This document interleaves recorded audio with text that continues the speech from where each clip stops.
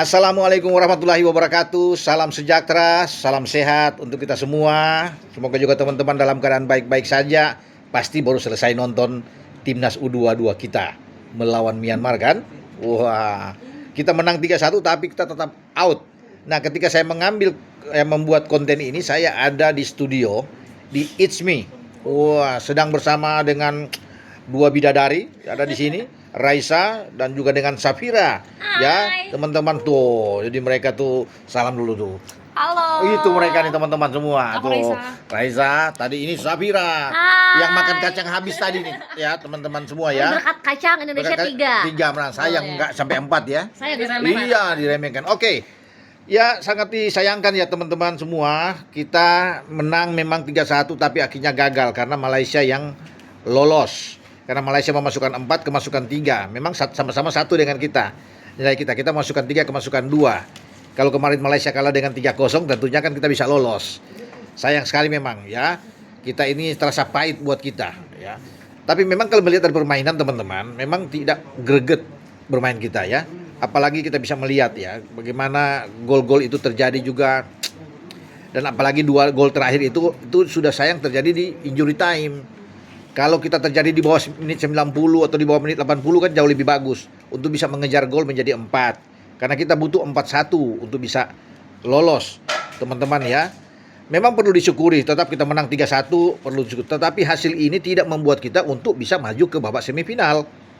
Karena babak semifinal itu sudah ditunggu oleh tuan rumah Thailand. Jadi runner up terbaik itu ada di Malaysia. Nah, Malaysia tadi menonton pasti dengan harap-harap cemas melawan ketika Indonesia melawan Myanmar. Ketika Myanmar membuat gol pertama tentunya ada kegembiraan. Dan inilah menjadi kunci kenapa kita tidak bisa lolos.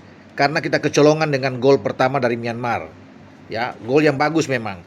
Kalau kita tidak kebobolan, kita bisa menang 3-0. Ya, kita menang 3-0 ini kan bagus. Itu suatu persyaratan syarat target untuk bisa lolos. Dengan kemasukan ini membuat anak-anak terbeban lagi. Bisa bermain. Memang ada gol dari Tony Firmansyah masuk 1-1. Kemudian Raven akhirnya dimasukin ya, tapi sudah telat di menit-menit akhir dan dia bisa mengubah dengan 2 gol brace-nya dia. Jadi sekaligus Indra Safri memasukkan 3 bahkan penyerang. Sebelumnya ada Hoki kan, ada Mauro Silva juga masuk ditambah dengan Raven yang bermain dan bisa membuat gol. Tapi apapun itu, kalau saya bisa melihat mengevaluasi dari cara bermain kita, memang di luar yang diinginkan ya. Banyak passing yang salah, kontrol bola tidak bagus, ya, terburu-buru bermain, ya. Justru saya melihat bahwa Myanmar bermain dengan sangat baik, ya, mereka lebih mengontrol umpan-umpan mereka dengan sangat bagus, dan mereka hanya mencari imbang dalam pertandingan ini kelihatan sekali, ya. Tapi akhirnya kan mereka kecurian juga dengan 2 gol dari Raven.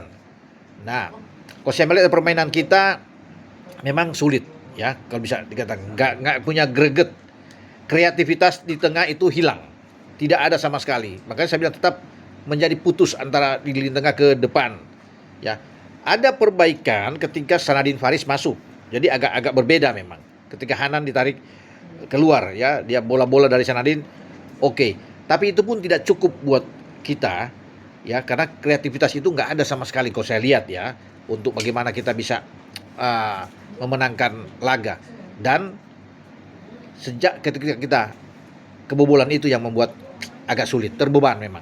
Untuk mencari 3 gol di babak kedua itu tidak gampang. Dan itu kan terlihat. Walaupun akhirnya kita ada 2 gol dari Jens Raven. Ada yang mengatakan juga bahwa Raven telat masuk. Mestinya Raven lebih awal, ya, bukan Hoki yang masuk lebih dulu.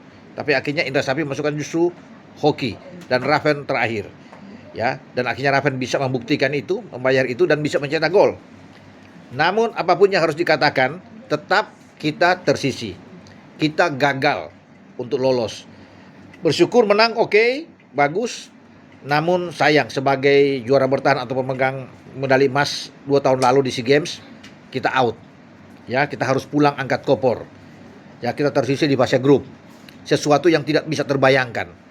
Ya, bahwa tadinya kita ya bisa menarik target kita harus medali emas, walaupun ada dari pihak Menpora bilang perak, tapi jangankan itu, untuk lolos dari fase grup aja tidak bisa. Jadi ini menjadi bahan pelajaran, evaluasi untuk tim kepelatihan yang akan datang. Tapi apapun kita harus bisa mendukung tim nasional, ya.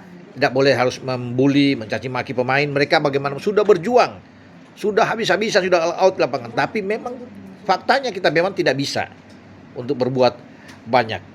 Ya, terlepas dengan persiapan juga mungkin tidak seperti pada 2 tahun lalu persiapan oke, karena sudah disiapin oleh STY sebelumnya dari Piala Dunia U17 kan, yang U20 yang gagal, kemudian terus bisa dipersiapkan sampai pergantian masuk Indra Safri itu megang sampai di Kamboja.